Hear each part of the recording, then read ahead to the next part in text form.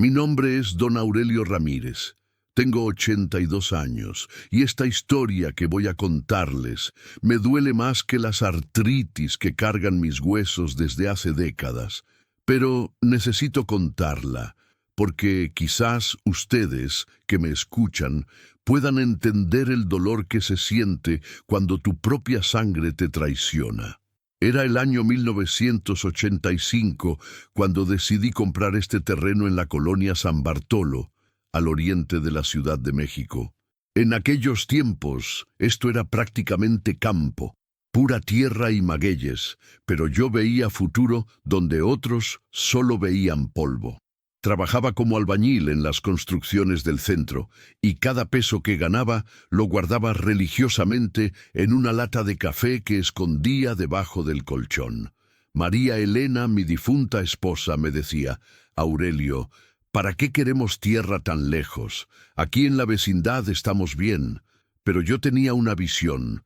Quería que mis hijos, Roberto y Patricia, tuvieran algo propio, algo que ningún patrón les pudiera quitar.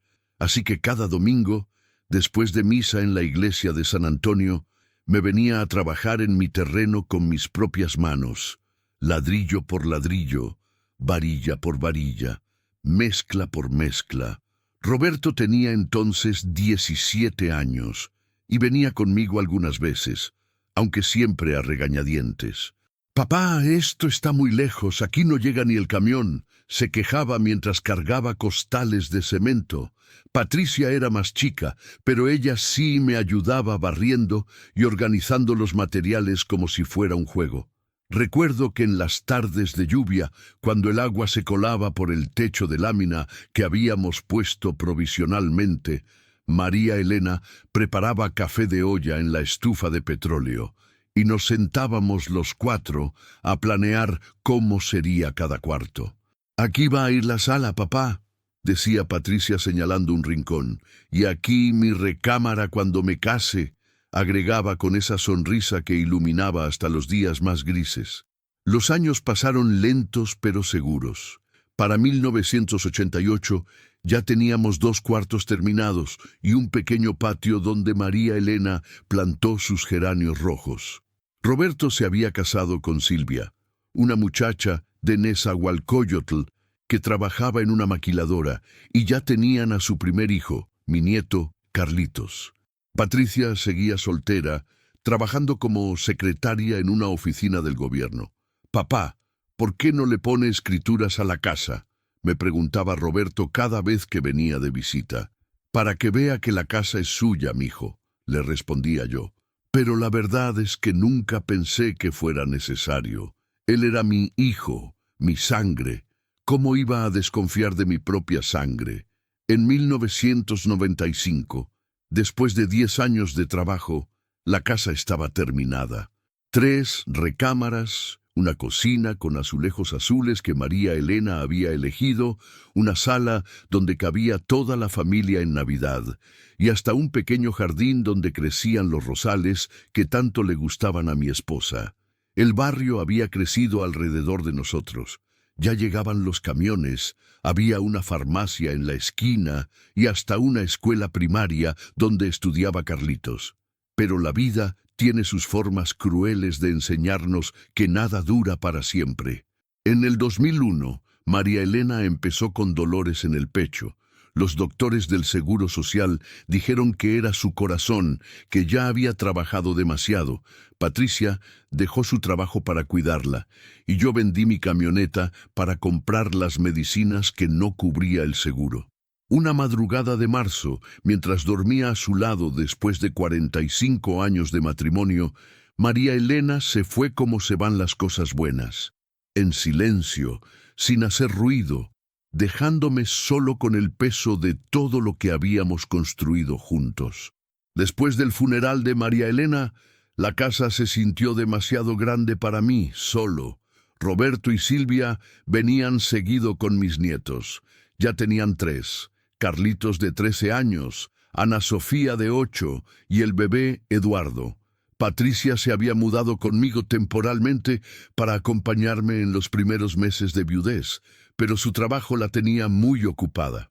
«Papá, ¿Por qué no se viene a vivir con nosotros?, me preguntaba Roberto cada domingo cuando venían a comer.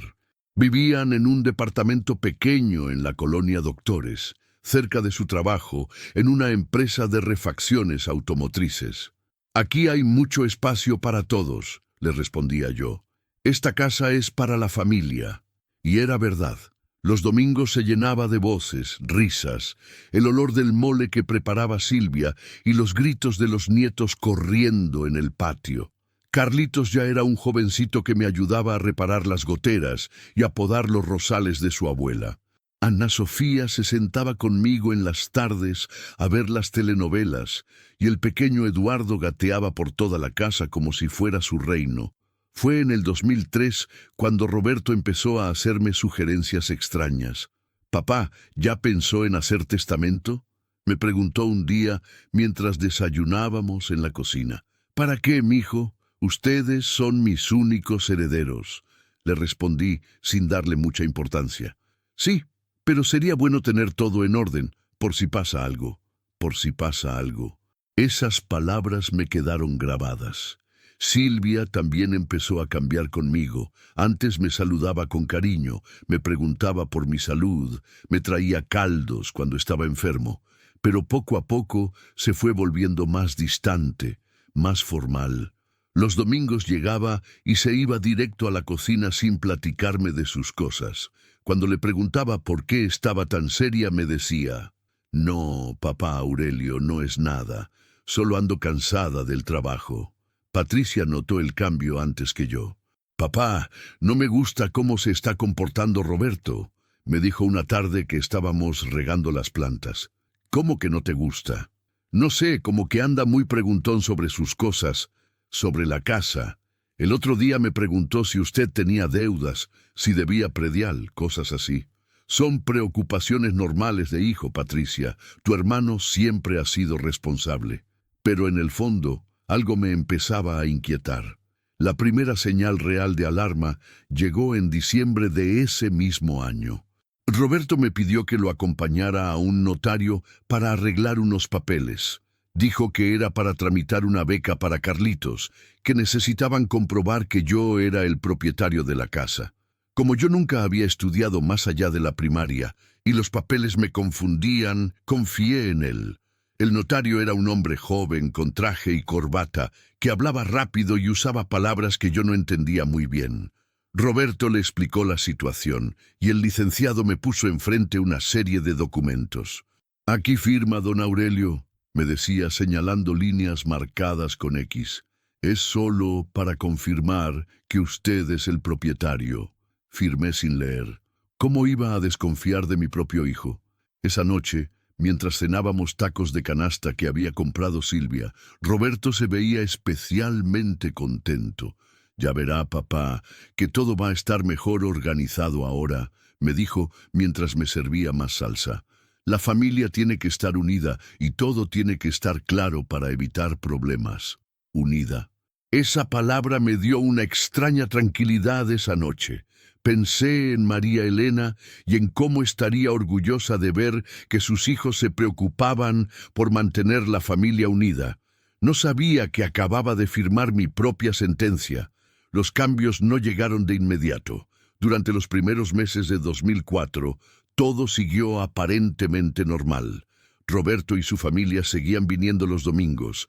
Patricia seguía viviendo conmigo y yo seguía sintiendo que la casa estaba llena de vida y propósito.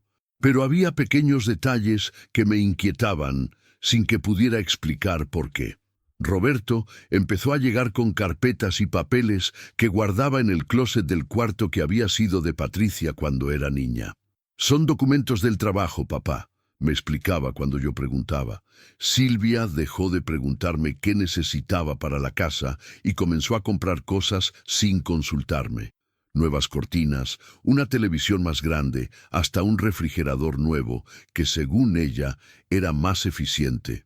«¿De dónde están sacando dinero para todo esto?», le pregunté a Patricia una tarde mientras ella lavaba los trastes. «No sé, papá. Roberto dice que le subieron el sueldo en la empresa. Pero yo había trabajado toda mi vida y sabía que los sueldos No suben de un día para otro tanto como para cambiar toda la casa. El primer golpe directo llegó en mayo. Roberto se apareció un martes por la tarde con un señor que se presentó como el ingeniero Martínez del Catastro Municipal. Dijeron que venían a hacer una verificación rutinaria de la propiedad para actualizar el registro. No se preocupe, papá, me dijo Roberto mientras el ingeniero medía el terreno y tomaba fotos. Es puro trámite. Con los nuevos gobiernos quieren tener todo más controlado. El ingeniero se fue después de 2 horas y Roberto se quedó a cenar conmigo. Esa noche estaba particularmente cariñoso. Me preguntó por mi salud, me contó chistes que había escuchado en el trabajo y hasta me ayudó a regar las plantas como cuando era joven. Papá, ¿usted se acuerda del notario al que fuimos en diciembre? Sí, mijo, ¿por qué? Es que me habló. Dice que necesitamos ir otra vez para terminar unos trámites. ¿Le parece si vamos el sábado? Otra vez al notario. Otra vez papeles que no entendía. Otra vez firmas en líneas marcadas con X. Pero esta vez, Roberto se quedó todo el tiempo al lado del escritorio del licenciado y no en las sillas de espera como la vez anterior. Perfecto, don Aurelio, me dijo el notario después de que firmé. Ya está todo listo. Su hijo puede proceder con los trámites que necesita. En el taxi de regreso a casa, le pregunté a Roberto qué trámites eran esos. Nada importante, papá. Solo estoy arreglando lo de los impuestos de la casa para que no tengamos problemas con Hacienda más adelante. Hacienda. Impuestos. Palabras que me daban miedo porque nunca las había entendido bien. Julio trajo la tormenta completa. Patricia llegó corriendo una tarde, llorando y con una carta en la mano. Papá, ¿usted sabía que Roberto ya es el dueño de la casa? ¿Cómo que es el dueño? La casa es mía, yo la construí. No, papá. Mire esta carta que llegó del municipio. Dice que la propiedad está registrada a nombre de Roberto Ramírez desde el mes pasado. Las manos me temblaron cuando tomé la carta. Letras pequeñas, sellos oficiales, números que no entendía. Pero ahí estaba claro, el propietario registrado de la casa que había construido con mis propias manos era mi hijo Roberto. Debe ser un error, Patricia. Vamos a hablar con Roberto para que lo arregle. Esa noche llamé a Roberto y le pedí que viniera a la casa. Llegó como a las 9, solo, sin Silvia ni los niños. Roberto, mijo, necesito que me expliques esto, le dije mostrándole la carta. Se sentó en la sala, la misma sala donde habíamos planeado la casa cuando él tenía 17 años, y me miró con una tranquilidad que me heló la sangre. Papá, usted ya está muy viejo, ya son 82 años. ¿Qué tal que le pasa algo? ¿Qué tal que se enferma y no puede manejar sus cosas?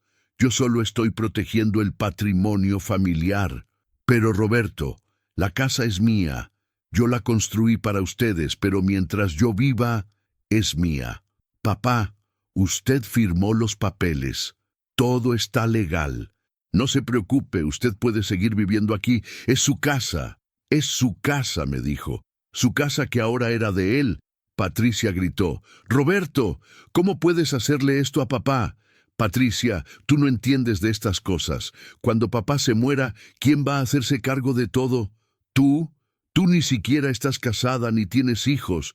Yo soy el que tiene familia, el que tiene responsabilidades. Esa noche, después de que Roberto se fue, Patricia y yo nos quedamos sentados en la cocina hasta muy tarde. Ella lloraba, y yo sentía como si me hubieran arrancado algo del pecho. ¿Qué vamos a hacer, papá? No supe qué responderle. A los 82 años había descubierto que mi propio hijo me había despojado de lo único que realmente me pertenecía. Los meses que siguieron fueron los más amargos de mi vida. Roberto comenzó a comportarse como el verdadero dueño de la casa. Llegaba cuando quería, cambiaba cosas sin preguntarme y empezó a traer gente extraña para evaluar mejoras en la propiedad. Patricia intentó buscar ayuda legal, pero todos los abogados que consultamos dijeron lo mismo. Si él firmó voluntariamente, no hay mucho que hacer. Tendría que demostrar que hubo engaño o que no estaba en plenas facultades mentales. No estaba en plenas facultades mentales. Yo había trabajado hasta los 75 años, manejaba mis cuentas del banco, pagaba mis medicinas, cocinaba mi comida. Mi único error había sido confiar en mi hijo. En octubre, Roberto llegó con una noticia que me partió el alma en dos. Papá, Silvia y yo hemos estado pensando. Esta casa está muy grande para nosotros y está en una zona que se está poniendo muy peligrosa. Vamos a venderla y comprar algo más pequeño en un fraccionamiento nuevo.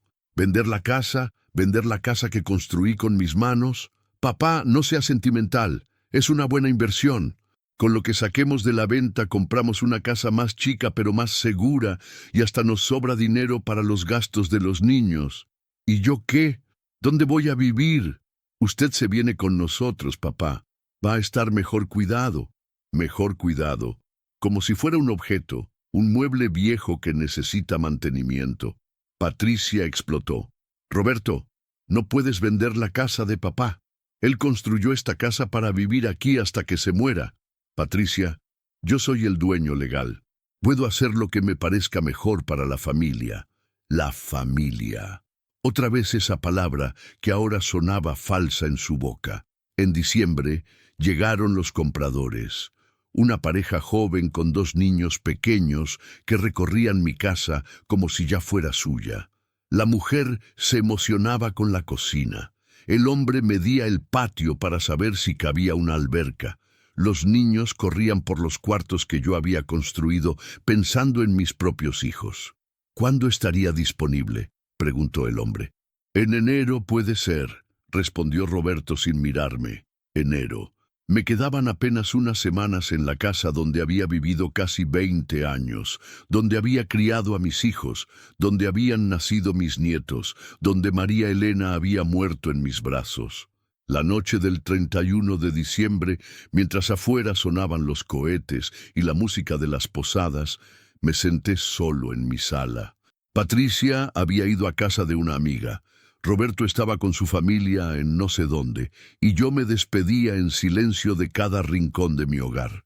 Miré las paredes que había pintado en 1987, el piso de mosaico que había puesto ladrillo por ladrillo, la ventana desde donde María Elena veía crecer sus rosales. Todo eso se iba a quedar con extraños mientras yo me convertía en un estorbo en casa de mi propio hijo. El 15 de enero de 2005, una camioneta de mudanzas llegó a llevarse mis pocas pertenencias. Ropa, algunos muebles, las fotos de María Elena, los juguetes viejos de mis nietos que encontré guardados en el closet. Roberto me ayudó a cargar las cajas con una amabilidad que me parecía actuada, como si fuera un vecino haciendo un favor, no mi hijo.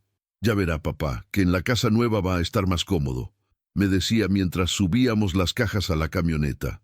La casa nueva era un departamento de 2 recámaras en un conjunto habitacional de Ecatepec. Todo pequeño, todo igual a los demás departamentos, sin jardín, sin espacio para nada. Me asignaron un cuartito que había sido la bodega, apenas más grande que el closet de mi antigua casa. Los primeros días, Silvia se esforzaba por hacerme sentir bienvenido. Me preparaba el desayuno, me preguntaba si necesitaba algo, me incluía en las conversaciones familiares. Pero yo sabía que era temporal. Los departamentos pequeños no están hechos para 3 generaciones viviendo juntas, y tenía razón. Al mes, las quejas comenzaron, que si hacía mucho ruido con la televisión, que si ocupaba mucho tiempo el baño, que si los niños no podían jugar porque estaba yo ahí, sentado en la sala.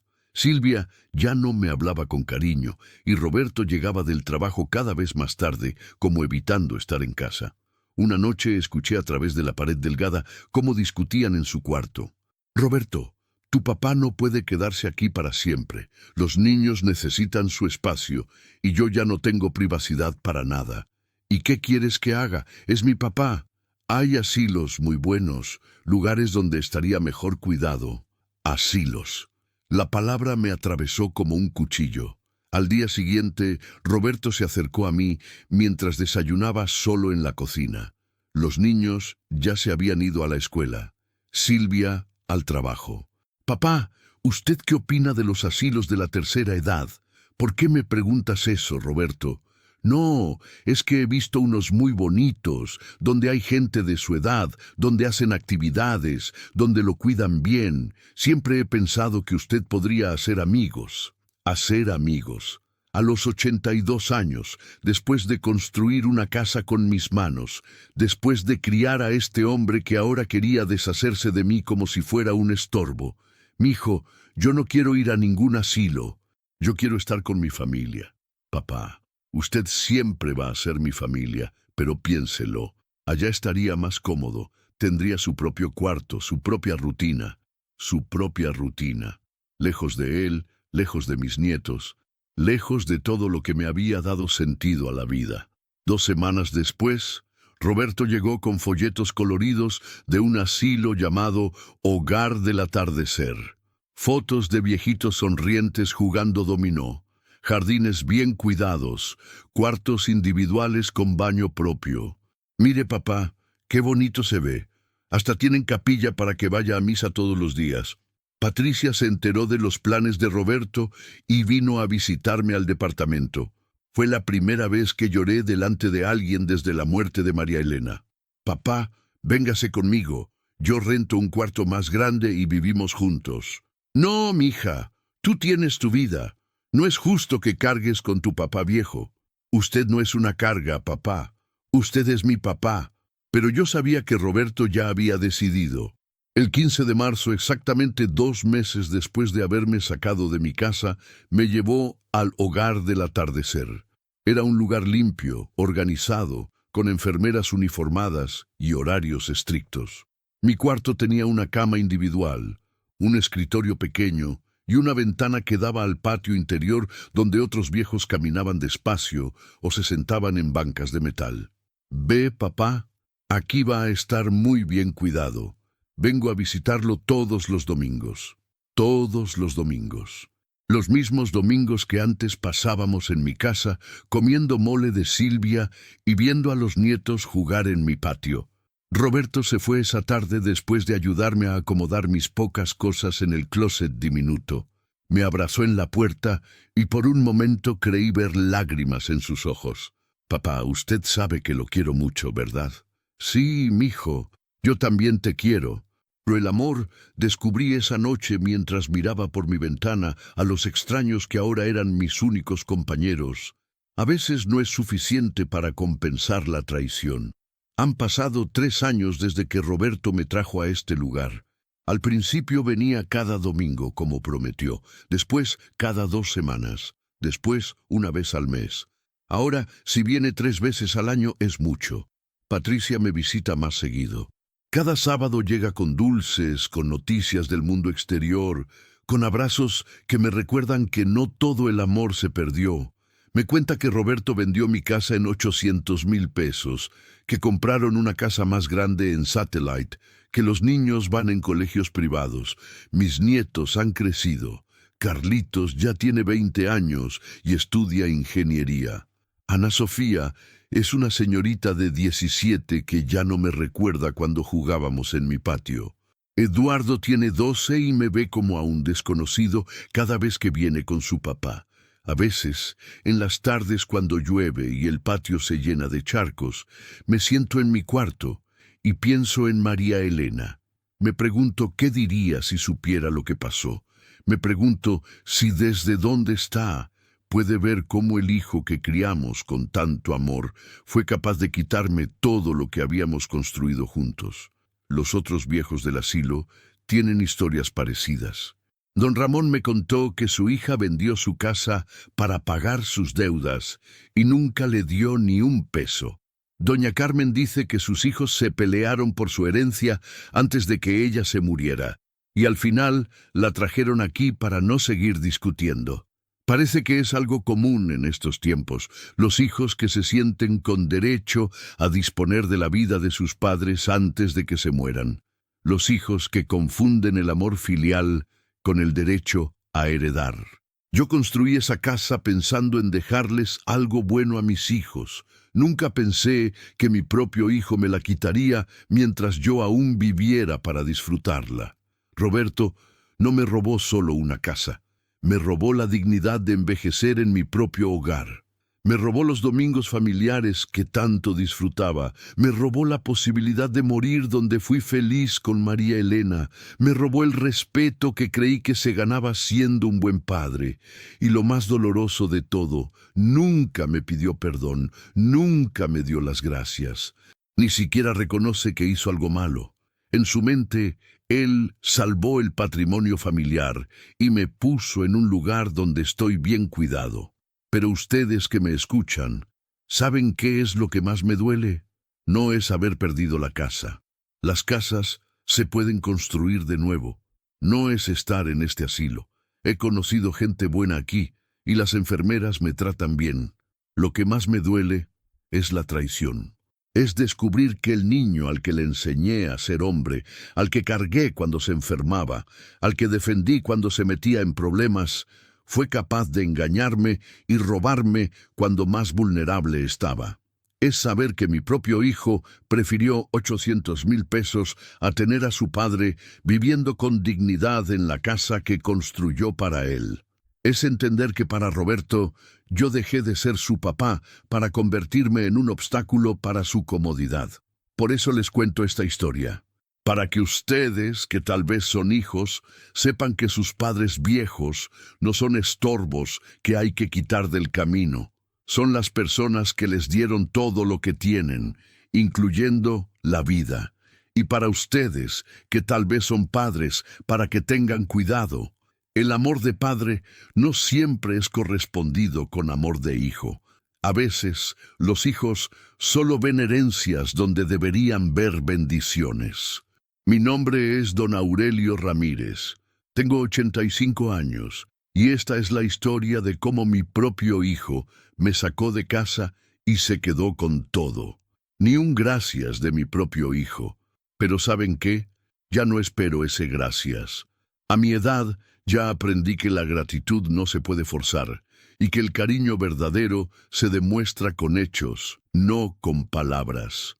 Lo que sí espero es que esta historia les sirva a ustedes para ser mejores hijos o mejores padres, para valorar lo que tienen mientras lo tienen, y para recordar que la familia se construye con amor y respeto, no con papeles notariados. Que Dios los bendiga y que nunca tengan que vivir lo que yo viví.